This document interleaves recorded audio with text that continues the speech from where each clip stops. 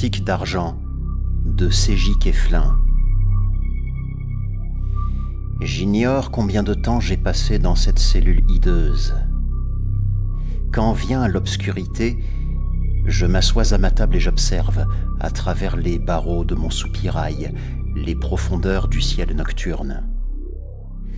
Autrefois, ces insondables mystères m'émerveillaient, mais à présent que j'ai pu me faire une idée des horreurs qu'ils recèlent, ils ne m'inspirent plus rien d'autre qu'un immense dégoût et une indicible épouvante. Une seule pensée occupe désormais mon esprit, nuit et jour. Qu'êtes-vous devenus? Vous ont-ils anéantis? Ont-ils fait de vous leurs esclaves? Je ne sais pas précisément quelles sont leurs intentions, mais ce dont je suis absolument sûr, c'est qu'ils ont gagné et que je suis le seul responsable de cette monstrueuse tragédie. J'ai été le jouet d'une machination diabolique, j'ai servi malgré moi leur noir dessein, et j'en demande pardon à l'humanité. C'est pour moi seul que je rédige ce récit, puisque nul autre, hélas, n'aura jamais l'occasion de le parcourir. Mais je sens que je commence à douter de ma raison, et je veux raviver mes souvenirs vacillants tant que j'en suis encore capable, afin de m'assurer que toute cette aventure ne fut pas qu'une hallucination de mon cerveau déréglé. Et si un jour, contre toute attente, un être bienveillant, de quelque espèce qu'il soit, en venait à lire ceci et parvenait à en comprendre le sens, qu'il sache que mon but n'a jamais été de les aider à perpétrer leur abominable crime. Elle m'a dupé, elle m'avait promis que... Mais je vais raconter cette histoire depuis le commencement. Mon nom est Ernest Wildenstein. À l'époque dont il est question ici, j'enseignais l'archéologie classique à l'université de Strasbourg. Mes 17 années d'expérience me conféraient dans la profession une certaine autorité, si bien que, lorsqu'une campagne de fouilles menée dans la nécropole étrusque de Tarquinia permit de mettre au jour de nouvelles tombes inviolées, l'équipe de terrain me pria de me rendre sur les lieux. On souhaitait me confier l'expertise d'une tablette de bronze, de plusieurs céramiques et monnaies qui venaient d'être exhumées, ainsi que de l'urne funéraire d'un individu de haut rang. Je n'hésitais pas un instant, car une découverte de cette importance est extrêmement rare. Je connaissais bien le site de Tarquinia, où j'avais déjà eu l'occasion de travailler à maintes reprises au cours de ma carrière. Des milliers de sépultures taillées dans la roche, dont beaucoup sont ornées de bas-reliefs ou de peintures murales et surmontées de tumulus embroussaillés. Dès mon arrivée, après avoir déposé mes bagages dans le petit appartement qu'on m'avait loué près du port de Civitavecchia, je rejoignis la nécropole où je me mis immédiatement à travailler avec ardeur au déchiffrement de la tablette de bronze.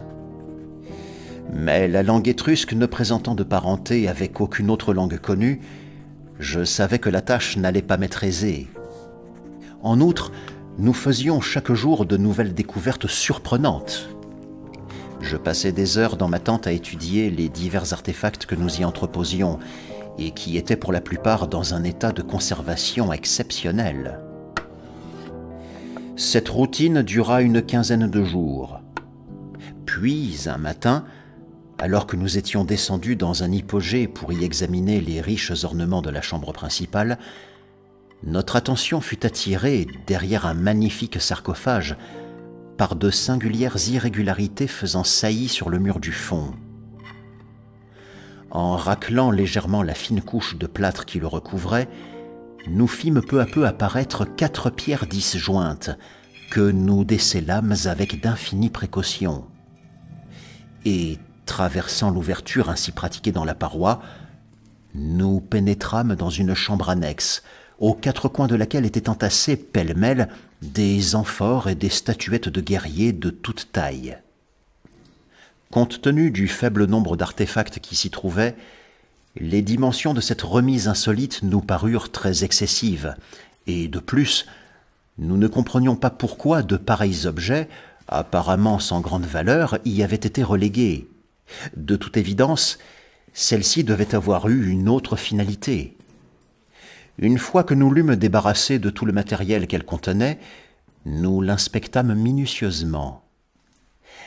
La première chose que j'avais remarquée, en entrant, était l'anormal parallélisme des jointures du sol. Il était manifeste que les dalles sur lesquelles nous nous déplacions avaient été taillées avec une précision extrême, de manière à s'emboîter parfaitement les unes dans les autres, comme si elles avaient eu pour mission de dissimuler l'entrée d'un souterrain. Nous envoyâmes chercher de robustes leviers, au moyen desquels nous concentrâmes toutes nos forces sur la dalle du centre. Celle-ci aussitôt retirée, un violent courant d'air frais s'engouffra dans la chambre, et nous devinions, dans la cavité qui venait d'apparaître, les premières marches d'un escalier qui semblait s'enfoncer sous terre. Après avoir ôté 3 dalles supplémentaires, l'orifice fut assez large pour nous livrer passage.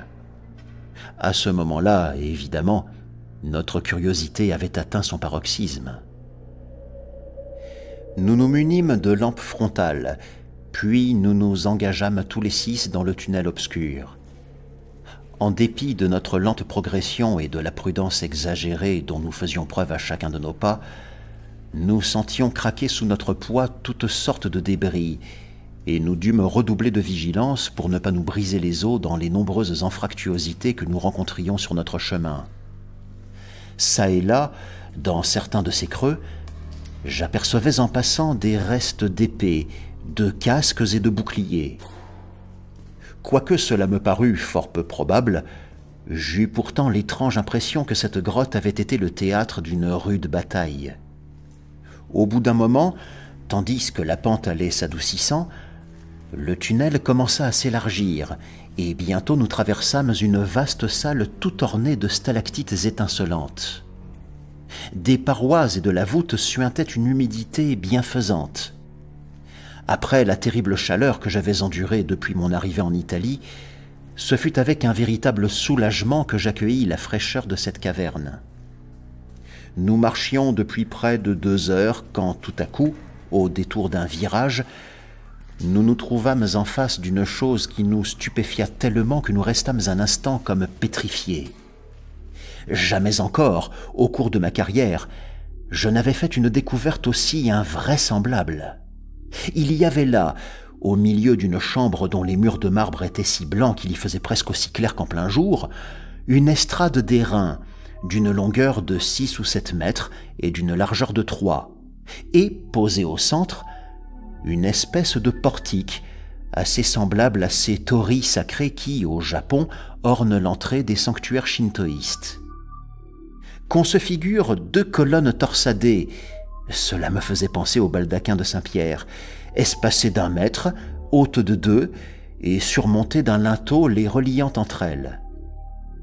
Mais la caractéristique la plus extraordinaire de cette œuvre, c'est qu'elle était toute d'argent massif. Cette soudaine apparition avait quelque chose de surnaturel, de presque divin. Après avoir recommandé à mes confrères de ne pas s'approcher de cette construction prodigieuse avant que je me fusse assuré qu'elle était inoffensive, je fis lentement quelques pas dans sa direction. Oh, quelle vision, vraiment! J'eus, à cet instant précis, le sentiment très net d'être favorisé par le sort, car je savais que nous étions les premiers êtres humains à voir cette fascinante étrangeté depuis plus de 2 millénaires. J'éprouvais une insoutenable agitation intellectuelle. J'allais, je venais. Je tournais 20 fois autour de l'ouvrage avant de me décider enfin à laisser mes mains parcourir le galbe hélicoïdal des colonnes. Dans un creux situé à la hauteur de mes genoux, je sentis alors une forme convexe, et me baissant, je reconnus d'emblée ce que je vis. Il s'agissait d'une serrure. J'en restais confondu.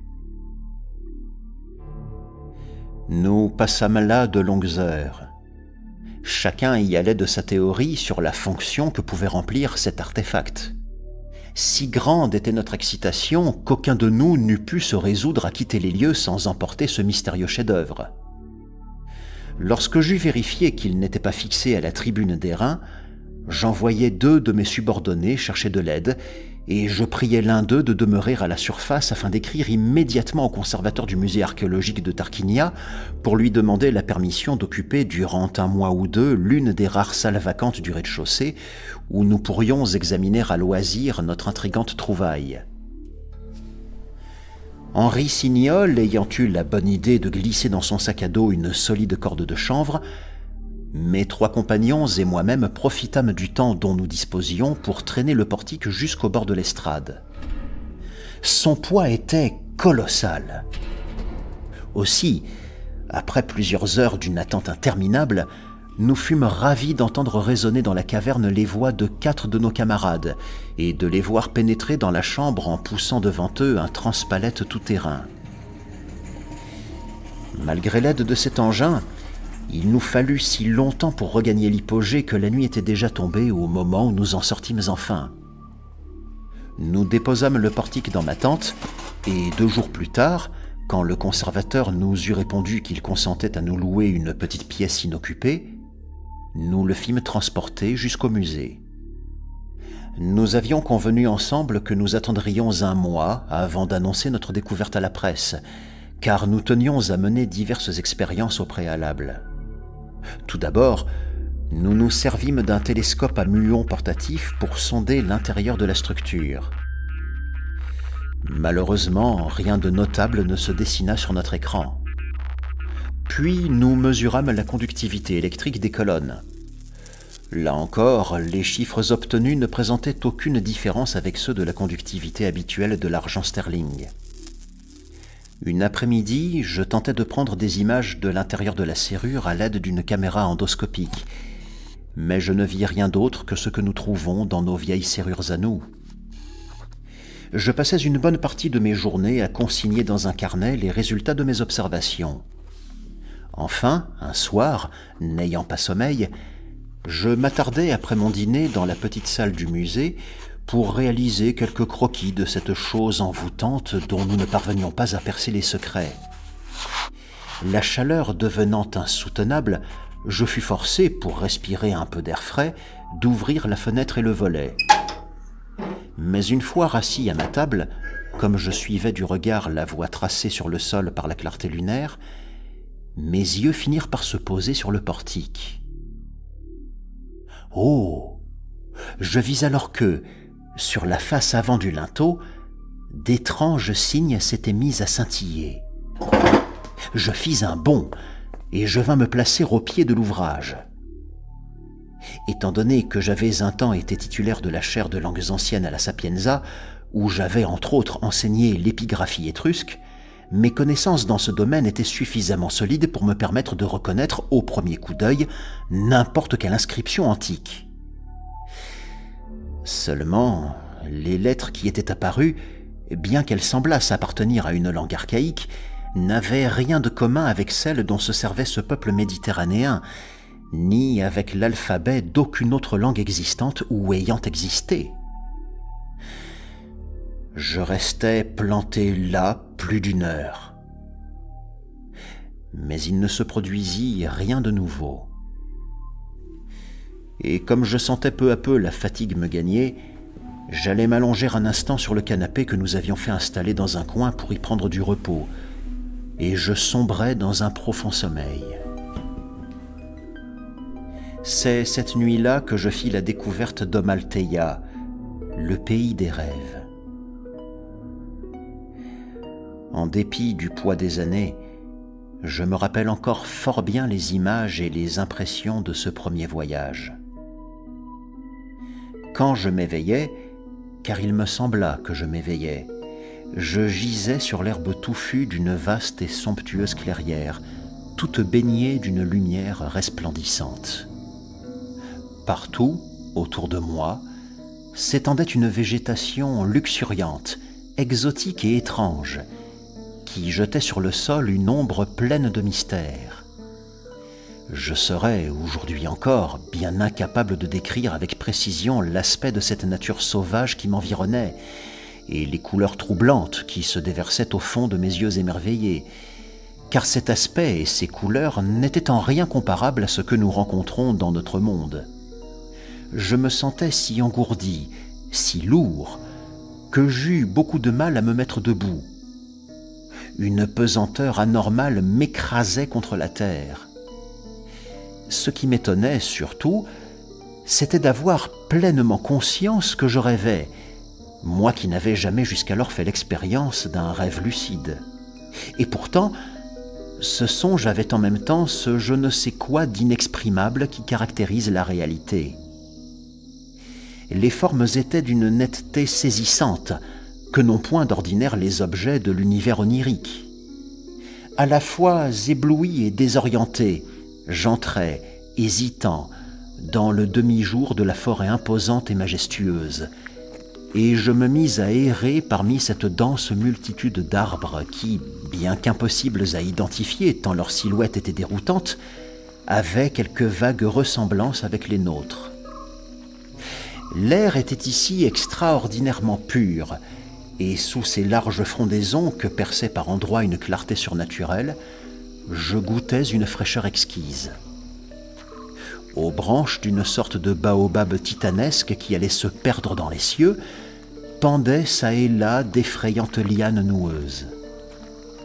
Un peu plus loin, je tombais sur des espèces de fougères arborescentes démesurément hautes, au pied desquelles j'éprouvais soudain des émotions depuis longtemps oubliées, des émotions que je n'avais plus ressenties depuis ma petite enfance, et j'eus alors la sensation que mon âme venait de rajeunir. Il régnait une rumeur confuse de bêtes sauvages, pareille à celle que l'on entend dans les forêts vierges tropicales, et parfois, au détour d'un tronc, j'apercevais dans les hauteurs des mouvements fugitifs, des yeux qui m'épiaient. Mais à aucun moment cependant je ne me sentis en danger, car j'avais l'inexplicable sentiment que ces regards étaient pleins d'une bienveillance universelle. Après avoir déambulé ainsi pendant quelques heures, je remarquai tout à coup que le crépuscule était venu et que le froid commençait à engourdir mes membres. Loin au-dessus de la canopée, un énorme corps céleste, tout criblé de cratères, était apparu au firmament. Je me souviens aussi de... Mon Dieu, maintenant que j'y pense, cela seul aurait dû suffire à m'avertir du péril qui me menaçait. Je me souviens, dis-je, d'un mugissement lugubre dans le lointain, et qui semblait se rapprocher du lieu où je me trouvais. Mais avant que j'eusse pu distinguer la créature qui l'avait poussé, j'étais de retour sur mon canapé.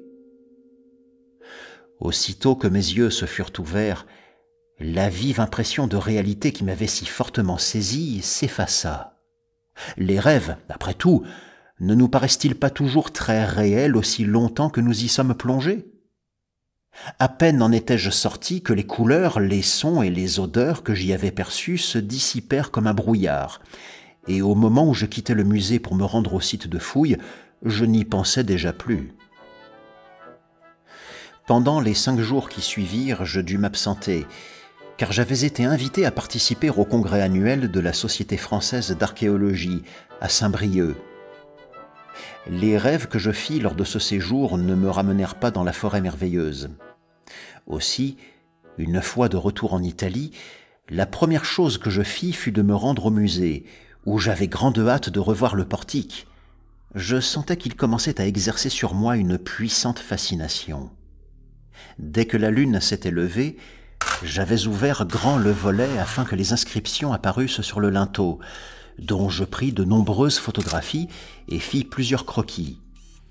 Je m'attardai à ma table jusqu'à minuit, si bien que, cette fois encore, la fatigue eut raison de moi, et je ne tardai pas à m'endormir. Et me voilà revenu au mystérieux pays des rêves. Ce qui me troubla immédiatement fut de constater qu'il était en tout point semblable à ce qu'il avait été lors de mon voyage précédent. Celui qui, dans son sommeil, a déjà visité 2 fois le même lieu, sait bien que, si l'on y retrouve généralement les mêmes sensations, En revanche, l'architecture des maisons où l'on pénètre, la forme et la disposition des meubles, l'espace intérieur des pièces, tout cela se métamorphose immanquablement. Or, je vis tout de suite qu'aucun changement n'était survenu dans l'insondable forêt que je m'étais remise à arpenter en tous sens. Et c'est devant cette similitude que j'eus pour la première fois l'intuition que cet endroit était peut-être autre chose qu'une simple invention de mon esprit, que ce rêve pouvait bien être plus qu'un rêve. Je retrouvais ici et là certains détails qui ne m'avaient pas échappé lors de ma précédente venue. Il y avait par exemple, sur le tronc d'un arbre magnifique, qui ressemblait un peu à nos pandanus, une excroissance formidable que je me rappelais fort bien avoir observée la semaine passée. Je le contournais pour aller vérifier dans les broussailles, un peu plus loin, si les curieuses empreintes de pattes en forme d'étoile que j'y avais repérées n'avaient pas disparu. Elles étaient toujours là, parfaitement intactes. Alors, comme je m'accroupissais pour les examiner de plus près, une espèce de voix aigrelette, disharmonieuse, retentit soudainement derrière mon dos. Je fis volte-face et je vis, à quelques mètres, un petit être verdâtre d'une allure tout à fait singulière, qui me rappelait beaucoup cette tortue d'eau douce dite à nez de cochon, qui peuple, entre autres, les rivières d'Indonésie. Ne mesurant pas plus d'1 mètre de haut, cette étrange créature se tenait debout sur ses pattes de derrière, et dans sa patte antérieure gauche, elle serrait une sorte de lance très effilée.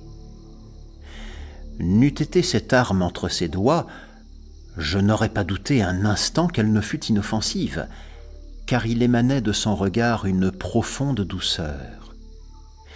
Je la fixai droit dans les yeux pendant 1 minute ou 2, sans oser bouger, respirant à peine. Tout à coup, elle émit de nouveau ce son qui m'avait un peu étourdi, mais quand elle s'aperçut que j'étais dans l'incapacité de lui répondre, elle laissa tomber sa lance, s'avança vers moi d'un pas délicat et posa sur mes genoux ses 2 pattes de devant. Alors je sentis comme une onde de choc se propager brusquement dans tout mon corps. Puis un éclair traversa ma cervelle et je sus instantanément que nous pouvions désormais nous comprendre. Elle me souhaita la bienvenue, me dit qu'elle se nommait Donyavae et qu'elle appartenait au sage peuple des Yurkins qui vivait dans la forêt de Phenia Minea, le plus vaste territoire de Malteia. Je lui expliquai, quant à moi, que j'étais un rêveur égaré et que c'était la seconde fois que j'explorais cette jungle fantasmagorique. En entendant ces paroles, elle eut un mouvement de recul, et sur sa petite face ingénue, je vis se peindre un commencement d'espoir et de joie. Donyavae m'interrogea longuement sur le monde que j'habitais, me pressant de lui décrire dans ses moindres détails l'apparence du satellite de notre Terre, et s'enquérant du nombre de planètes de notre système solaire.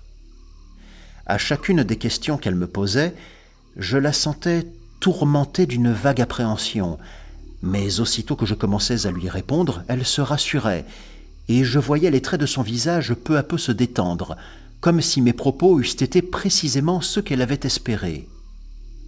Je lui parlai enfin du portique que nous venions de mettre au jour, et à ces mots s'alluma dans son regard soucieux une flamme ardente.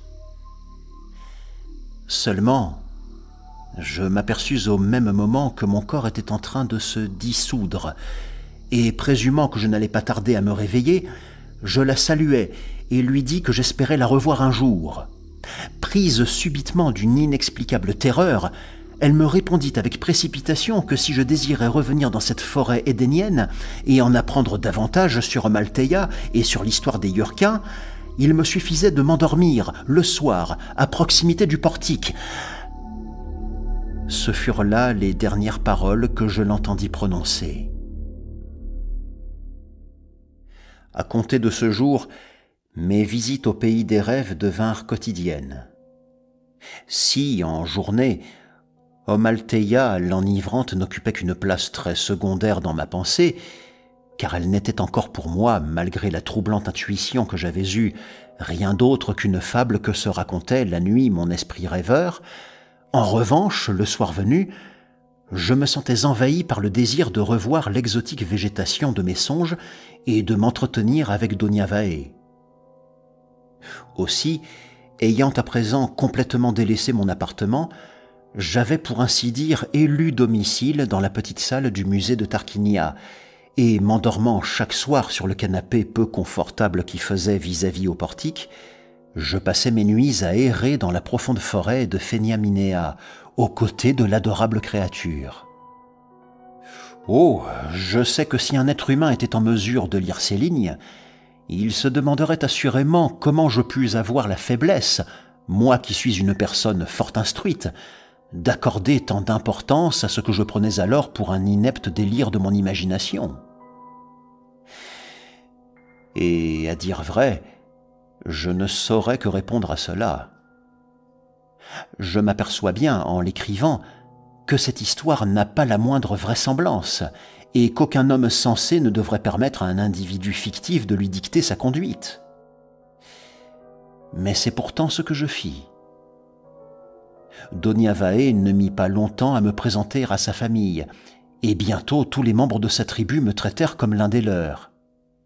Si la surprenante apparence de ces êtres m'avait d'abord rendu quelque peu méfiant, je m'y étais bien vite habitué, et au bout d'une dizaine de jours, je ne pouvais déjà plus me passer de leur compagnie. À chacune de mes visites, mon ami m'en apprenait un peu plus sur son peuple forestier et sur les terribles épreuves que celui-ci avait endurées. Je comprenais maintenant pourquoi elle avait montré tant d'intérêt pour notre monde. Leurs archives prétendaient que des millions d'années auparavant, les Yurkins avaient brusquement quitté Omalteia pour aller s'établir sur la Terre. Longtemps ils y vécurent en paix avec la seule autre espèce intelligente de la planète, les Vankyusars. Mais un jour, ces derniers voulurent s'approprier toutes les richesses disponibles et conquérir toutes les contrées habitables. Ils se mirent à refuser tout échange commercial avec leurs anciens partenaires et, foulant aux pieds les droits les plus sacrés, ils violèrent le traité de paix et entreprirent de fonder un empire totalitaire. Une guerre épouvantable éclata, qui dura des siècles. Les deux puissances belligérantes étaient de force égale, car si les Vankyusars étaient d'une stature bien plus imposante et d'un naturel très agressif, les Yurkins avaient quant à eux l'avantage de disposer d'équipements considérablement plus sophistiqués que ne l'étaient ceux de leurs adversaires.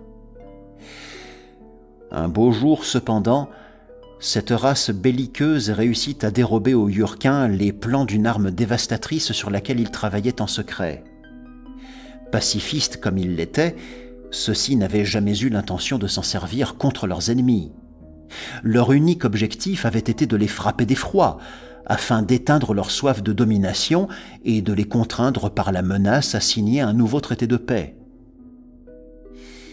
Mais quand ils apprirent que les Vankyusars étaient parvenus à s'introduire furtivement dans leur laboratoire souterrain et à en ressortir avec les plans, les Yurkins, sachant bien que ces créatures amorales auraient au fait de fabriquer l'arme redoutable et qu'elles n'hésiteraient pas, pour leur part, à les exterminer, comprirent que seule la fuite pourrait désormais les sauver. Ils regagnèrent précipitamment la sombre caverne qui abritait le portique d'argent grâce auquel, des siècles plus tôt, leurs lointains ancêtres avaient pu rejoindre la terre. Nul ne savait qui avait créé ce passage entre nos deux mondes. Cela remontait à des temps immémoriaux. Donia Vae pensait que c'était l'œuvre d'une civilisation aujourd'hui disparue. Pourquoi, jadis, les Yurkins avaient-ils si inopinément abandonné Omalteia?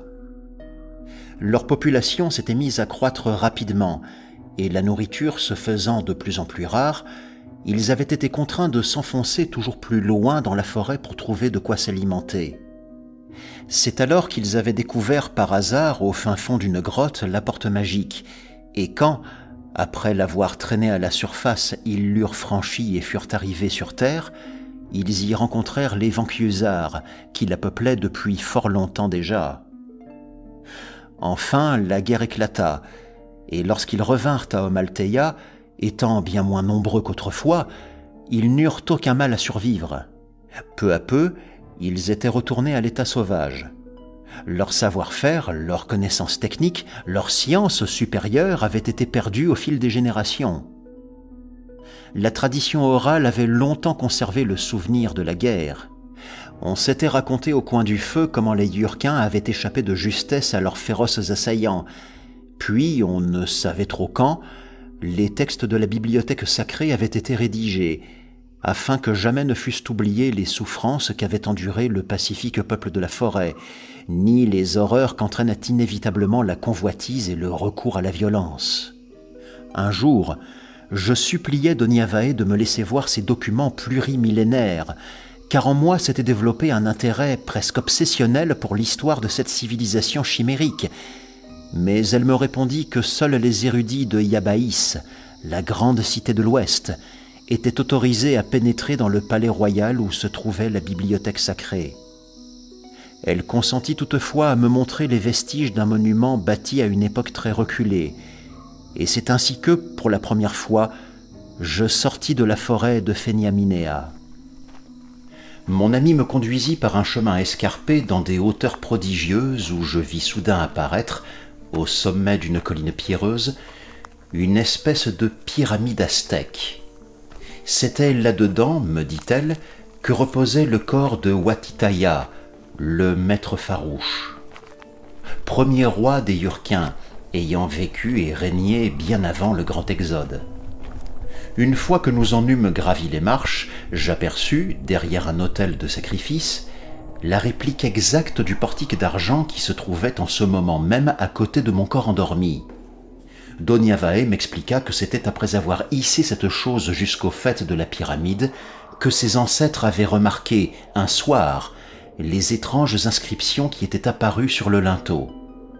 Elle m'apprit aussi que pour ouvrir le passage entre nos deux mondes, une clé devait être introduite dans la serrure de l'un ou l'autre des portiques, et que, s'il n'était pas nécessaire que la lune éclairât la structure pour permettre aux dormeurs de se rendre en rêve à Amaltheia, il était par contre indispensable, pour que la clé pût tourner, quand bien même on l'introduirait dans le portique inéclairé, que l'un des deux linteaux fût préalablement activé par les rayons blafards d'un astre de la nuit, la lune sur terre ou Galimaïe à Amaltheia. Lorsque, menacés de destruction, les Yurkins avaient fui la terre, l'un des leurs y était resté et avait consenti à se sacrifier pour pouvoir refermer le passage et cacher la clé dans un lieu qu'ils avaient choisi ensemble auparavant. Par ailleurs, craignant que les Vanquiusards ne fussent introduits accidentellement dans leur nouvelle patrie, ils estimèrent qu'il était trop dangereux de conserver l'exemplaire de la clé d'Amaltheia et, aussitôt arrivés, ils la détruisirent.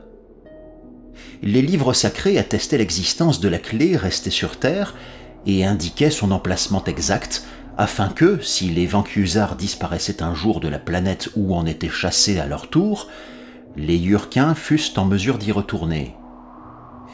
Et puisque nous étions, nous, les humains, les nouveaux maîtres de notre monde, Donyavae supposait que la race malfaisante avait fini par s'autodétruire.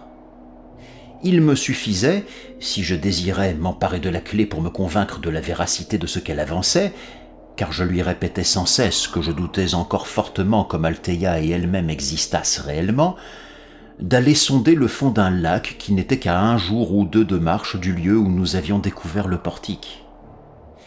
La clé avait été enfermée dans un coffret en or, déposé précisément au centre du lac, qui n'était pas bien grand. D'après la direction et la distance qu'elle m'avait indiquée, je conclus rapidement, en consultant à mon réveil les différentes cartes de la région, qu'il devait s'agir du lac de Martignano, situé à un peu plus d'1 heure de route de Tarquinia. Je tiens à préciser ici que, si troublé que je fusse à ce moment-là par les dernières révélations de Donyavae, il y avait une chose pourtant qui m'empêchait encore absolument de croire à ce conte extravagant.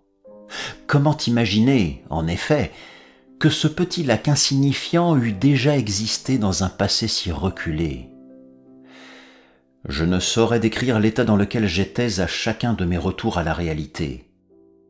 Une fois éveillé, je considérais le pays des rêves et tout ce qui s'y rapportait comme une pure hallucination, une divagation ridicule de mon cerveau, probablement surexcité par la découverte extraordinaire que nous avions faite dans cette caverne. Et même si j'étais très impatient d'y retourner le soir, je ne croyais pas que ce lieu eût une existence quelconque en dehors de ma tête. Seulement, dès que mes yeux s'ouvraient sur la forêt de Pheniaminea, ce monde onirique me semblait de nouveau aussi réel que l'autre, et j'étais alors persuadé que les Yurkins et les Vankiusars avaient jadis, à une époque antédiluvienne, habité notre terre, et que celle-ci avait été le théâtre d'affrontements impitoyables entre ces deux races venues d'ailleurs. Il y avait donc maintenant en moi deux esprits opposés l'un à l'autre, celui qui savait qu'Omalteia n'existait pas, et celui qui savait qu'elle existait. Entre-temps, deux nouvelles tablettes avaient été exhumées, et je passais la plus grande partie de mes journées dans ma tente à travailler à leur déchiffrement. J'étais, durant cette période, épuisé de fatigue. Aussi, un matin, alors que j'examinais depuis environ 2 heures les statuettes que nous avions trouvées dans la chambre annexe de l'hypogée, je m'aperçus que j'avais oublié mon carnet de croquis dans la salle du musée. Je m'y rendis donc pour le récupérer, mais une fois sur place, l'étouffante chaleur qui régnait dans la pièce me plongea dans un tel état de torpeur que je décidai de me coucher un instant pour reprendre des forces. Mais la fatigue l'emporta et je m'endormis profondément. Alors, au lieu des feuillages paradisiaques que j'aimais tant, je vis prendre forme devant moi un paysage hideux qui me glaça d'effroi et fit courir sur ma peau un frisson d'angoisse. Je me trouvais sur une immense plaine dévastée, couverte de crevasses fumantes et de monstrueuses roches sombres et difformes. Partout, les ténèbres. À peine quelques étoiles dans le ciel et galimaillées que j'avais un jour vu se lever au crépuscule, jetaient-elles sur l'horrible décor qui m'environnait une lueur verdâtre. En me tournant, je devinais dans l'obscurité l'entrée d'un canyon étroit vers lequel, après une longue hésitation et encore tout tremblant de crainte, je finis par diriger mes pas. J'avais oublié qu'il ne s'agissait que d'un rêve et que je pouvais, avec un effort de volonté, en sortir à tout moment. J'avançais depuis un quart d'heure entre ces deux parois resserrées quand, soudain, j'eus la sensation d'une présence derrière mon dos. Je fis brusquement volte-face. Il n'y avait rien. Lentement, je me remis en marche. La pente du sentier s'accentuait progressivement et au bout d'une minute, la même sensation m'envahit de nouveau. Mais cette fois-ci, à une dizaine de mètres derrière moi, 2 yeux jaunes, affreux, me regardaient. Une face dégoûtante, lycanthropique, des pattes noires et velues, d'une taille démesurée. Entre les lèvres béantes de cette chose, je distinguais la blancheur de 4 crocs menaçants, tout couverts d'une écume infecte. Je restais là, pétrifié. J'avais le sentiment d'être enfermé dans un cachot avec la mort. Il était évident que toute tentative de fuite serait vaine. Je courus pourtant, sans me retourner, dans le couloir obscur et sinueux qui se rétrécissait de plus en plus. La bête, dont je sentais le souffle puissant sur ma nuque, n'allait pas tarder à me rattraper. Mais après un brusque virage, le défilé s'élargit enfin, et ayant réussi, je ne sais par quel prodige, à prendre un peu d'avance, j'avisai à 4 ou 5 mètres au-dessus du sol une étroite corniche. J'escaladai le mur en toute hâte. La roche, coupante comme un rasoir, me lacérait les mains, mais je finis néanmoins par atteindre la saillie où je m'allongeai puis attendis, immobile. Les pas de la créature se rapprochaient. Son flair avait dû l'avertir de ma présence, car elle ralentit subitement son allure. Les secondes étaient interminables. J'étais secoué de spasmes, et j'avais presque cessé de respirer tant j'avais peur qu'un mouvement ne me trahît. Lorsque se furent tus les sourds grattements de griffes contre la paroi, et que je fus bien assuré que le monstre s'était éloigné, je m'avançai prudemment vers le bord pour jeter un coup d'œil en contrebas. Mais au moment où j'allais me pencher, la gueule répugnante de cette horreur informe surgit tout à coup devant moi.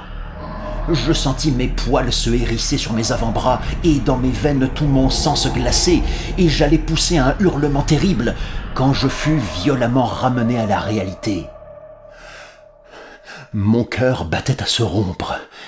J'étais essoufflé et tout trempé de sueur. C'était la première fois que les sensations d'un rêve se prolongeaient ainsi dans le monde réel. Je me couchai tôt ce soir-là, mais j'eus bien du mal à m'assoupir. J'étais à la fois très inquiet à l'idée de me trouver à nouveau nez à nez avec l'abomination qui m'avait poursuivi le matin même dans le sombre dédale, et extrêmement impatient d'interroger mon ami au sujet de l'épouvantable plaine où j'étais apparu. Quand je m'endormis enfin et que je reconnus tout autour de moi la riche végétation aux teintes ineffables, je sentis renaître dans mon âme une enivrante béatitude. Il ne me fallut pas longtemps pour trouver Doniavae. Étrangement, malgré l'immensité de la forêt de Pheniaminea, je tombais toujours très rapidement sur elle ou sur un membre de sa tribu. Elle parut d'abord effrayée par le sinistre récit que je lui fis. Puis elle me dit, visiblement très embarrassée, que l'endroit dont je lui faisais la description était le morne désert de Novacorne, situé par-delà les collines brumeuses du nord, et que si je m'étais matérialisé dans ce territoire hostile où vivent les sanguinaires bêtes de la nuit, c'était sans doute que je m'étais endormi dans la matinée, aux heures où cette face d'Omalteia est plongée dans les ténèbres. Enfin, elle me révéla qu'elle ne m'avait pas dit toute la vérité. Les Yurkins n'étaient pas les seuls êtres intelligents de la planète. La créature que j'avais rencontrée appartenait à une race dégénérée dont mon ami prétendait que le nom seul lui causait un tel effroi qu'elle n'osait le prononcer. Ces brutes cruelles, ennemies jurées du peuple forestier, avaient colonisé Omalteia au cours des siècles que les ancêtres de Doniavae avaient passés sur terre. Elle m'avoua également que c'était là l'unique raison pour laquelle elle m'avait parlé de la clé. Elle souhaitait rejoindre notre monde, pour y mettre enfin sa famille à l'abri de ces monstres féroces qui, depuis le retour des Yurkins sur leur terre d'origine, faisaient régulièrement irruption dans leur village, où ils dévoraient les plus corpulents et enlevaient les nouveau-nés, dont ils faisaient par la suite leurs esclaves. Cela avait toujours été ainsi. Nul ne s'en tourmentait ou ne songeait à se révolter, mais Doniavae ne voulait plus pour les siens de cette misérable vie de gibier pourchassé. Elle me suppliait, au nom de notre amitié, de lui permettre à elle et à ses proches de venir se réfugier sur terre, m'assurant que, puisque les sanguinaires bêtes de la nuit ne supportaient pas la moindre lumière, il n'y aurait pas à craindre qu'elles franchissent le portique, pourvu qu'il fît jour à Omalteia au moment où le passage serait ouvert. De plus, elle me promit de faire tout ce qu'elle pourrait pour dérober dans la bibliothèque sacrée de Yabaïs les livres qui traitaient des époques antédiluviennes de la Terre et de les emporter avec elle. De cette façon, nous pourrions accroître considérablement nos connaissances en matière de géologie et de paléontologie. Je me souviens qu'en me réveillant ce matin-là, j'étais si bouleversé par ce que je venais d'apprendre que j'en oubliais de me rendre à la nécropole et passai le reste de la journée sur mon canapé, plongé dans une profonde méditation. J'ai déjà dit qu'il y avait alors en moi deux esprits qui cohabitaient, Mais l'esprit rationnel, de moins en moins alimenté, avait fini par dépérir, et les violentes émotions que m'avait données l'horrible démon du canyon avaient presque rendu Omalteia plus réel à mes yeux que ma propre existence. C'était maintenant cette pièce, ce musée, et même le site de fouille où j'avais tant travaillé qui me paraissait avoir l'impalpabilité d'un rêve. Aussi, quoique j'ai honte de l'admettre, Donyavae et sa famille étaient devenus plus chers à mon cœur que mes amis de longue date. Le lendemain, à la première heure, je partis pour Viterbo, où j'achetais tout le matériel nécessaire à une expédition subaquatique d'une demi-journée. J'avais une grande expérience de la plongée, ainsi qu'un détecteur de métaux sous-marins. Après quoi, je me rendis directement au lac de Martignano, où j'arrivai en fin de matinée. L'endroit était désert. Je n'eus donc pas à m'inquiéter des regards curieux qui eussent pu me gêner dans ma résolution. Je nageai d'abord à la surface de l'eau pour aller me placer au centre du lac, puis je plongeai jusqu'au fond. Je n'entrerai pas ici dans des détails superflus. Il me suffit de dire que, sous une épaisse couche de vase, je tombai tout à coup sur un petit coffret en or. Oh! Quelle ne fut pas ma stupéfaction lorsque, revenu sur la rive, je l'ouvris et trouvai à l'intérieur, sur une étoffe de soie capitonnée, une grosse clé en argent. Évidemment, à cet instant précis, mes derniers doutes s'évanouirent, et pour la première fois, je m'interrogeai sérieusement. Qu'était donc Omalteia? Était-ce un monde parallèle au nôtre? Une exoplanète lointaine?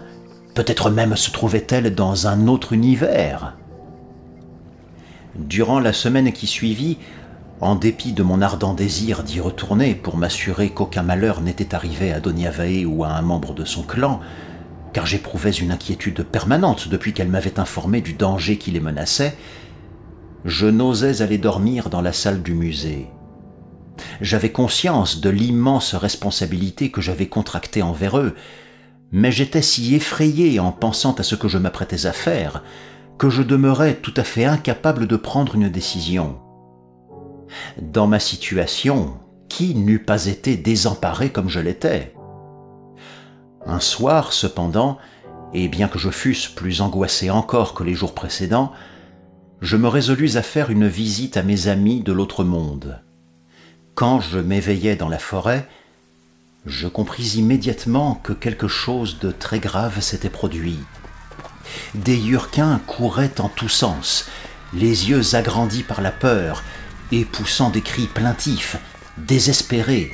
C'était un affolement général. J'en attrapai un et lui demandai ce qui s'était passé. Il m'apprit que, durant la nuit, les horreurs de Novacorn avaient lancé une attaque de grande envergure contre la plupart des villages des alentours et qu'elle les avait décimés. Pris de panique, je m'enquis de Donyavae. Elle se portait bien, mais n'avait échappé que de justesse au massacre. Alors je courus avec les autres jusqu'au hameau de mon ami.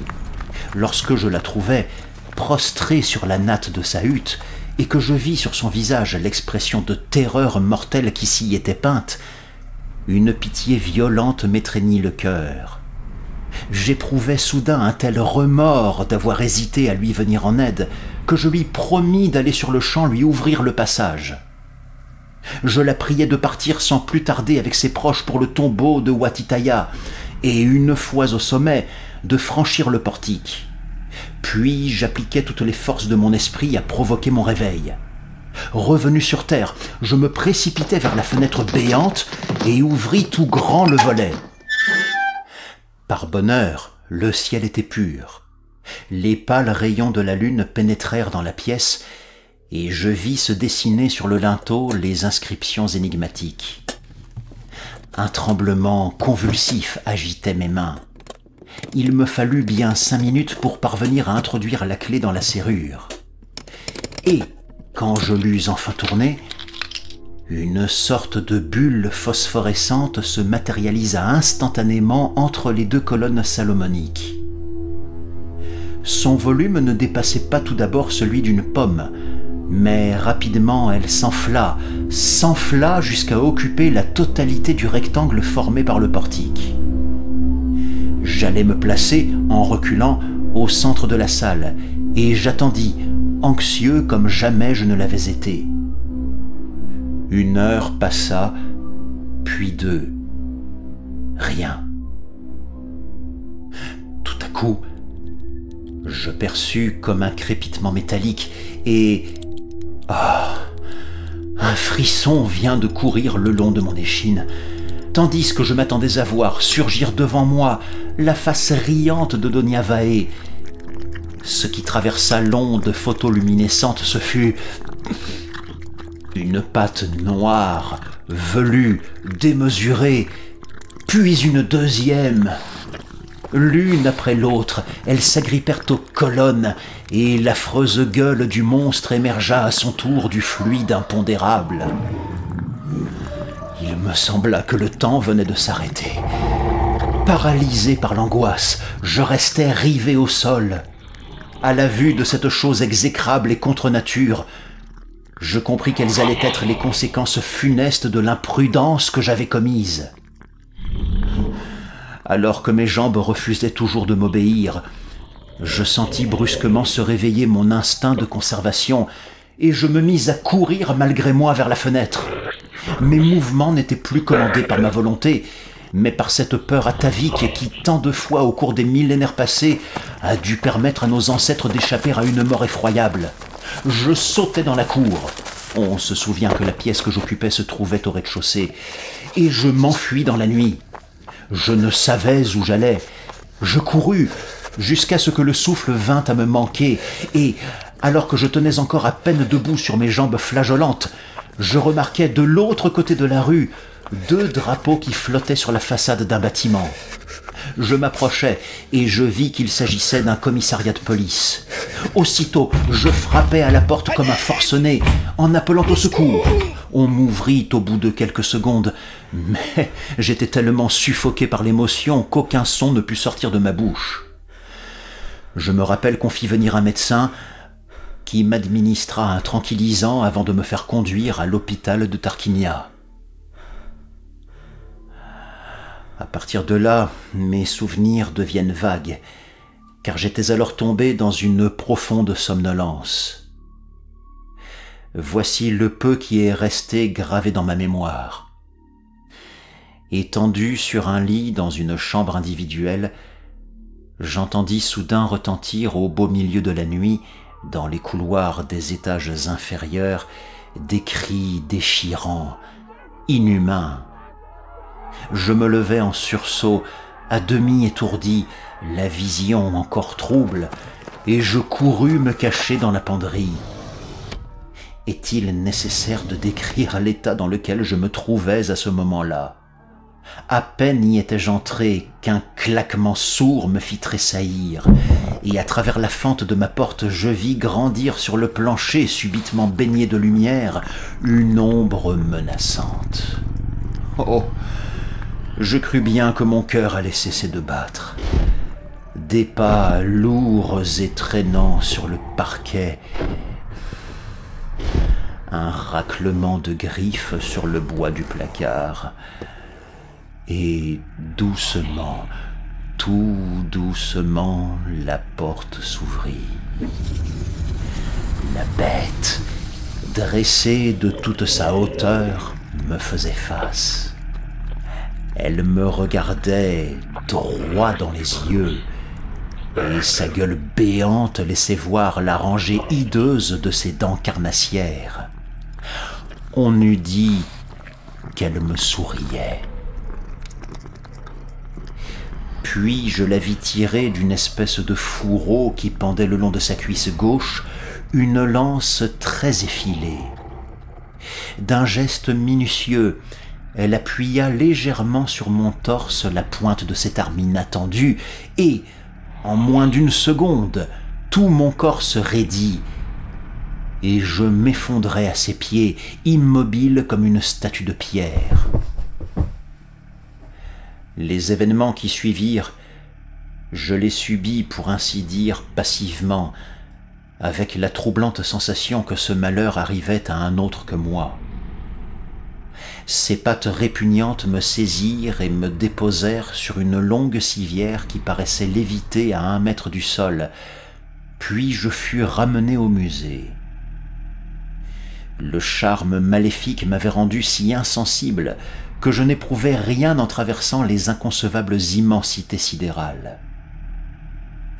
Le jour déclinait quand j'arrivai à Amaltheia, et sur le chemin de Yabaïs, la grande cité de l'Ouest, je vis passer à toute vitesse dans le ciel rougeoyant au-dessus de ma tête un fantastique essaim d'aéronefs que jamais auparavant je n'avais aperçu. Avait-on voulu me cacher la technologie dont on disposait? On me jeta dans ce cachot où je suis à présent sur le point d'achever mon récit. Quand suis-je arrivé ici? Oh, bien des années déjà se sont écoulées depuis les faits que je viens de relater. 2 fois par jour s'ouvre au bas de ma porte une trappe par laquelle une main, tantôt verte et menue, tantôt noire et velue, dépose sur le sol de ma cellule un plateau contenant une nourriture infecte. Ils tiennent visiblement à me garder en vie, mais j'ignore quel sort ils me réservent. De temps à autre, à mon réveil, je trouve ma porte largement ouverte, et je puis déambuler librement dans les couloirs du palais royal qui communiquent avec ma prison. Je ne rencontre jamais personne dans les chambres que je visite. C'est dans la bibliothèque que j'ai appris la vérité. C'est aussi là, dans l'un de leurs détestables ouvrages, que je cacherai ces pages hâtivement rédigées.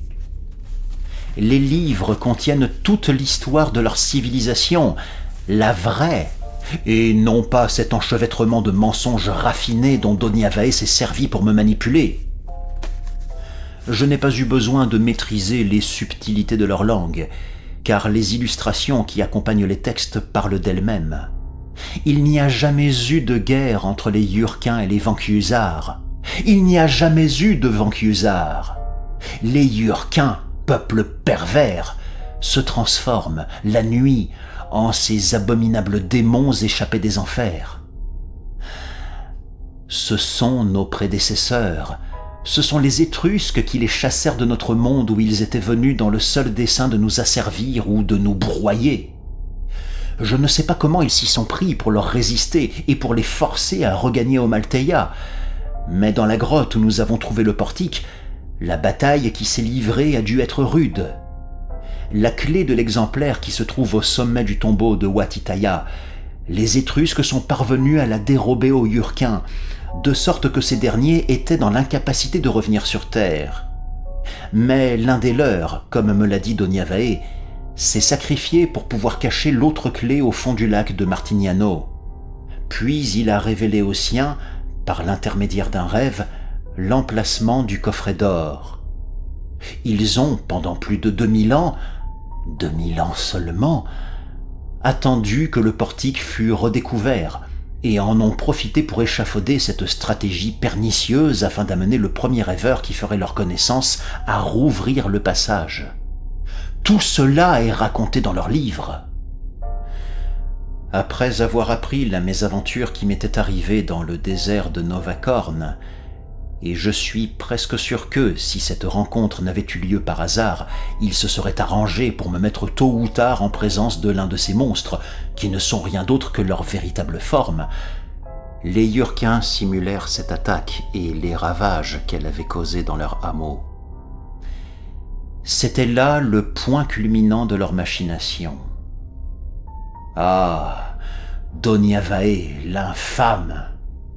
C'est bien elle qui est sortie du portique ce jour-là. Elle voulait s'assurer que son jouet ne lui échapperait pas.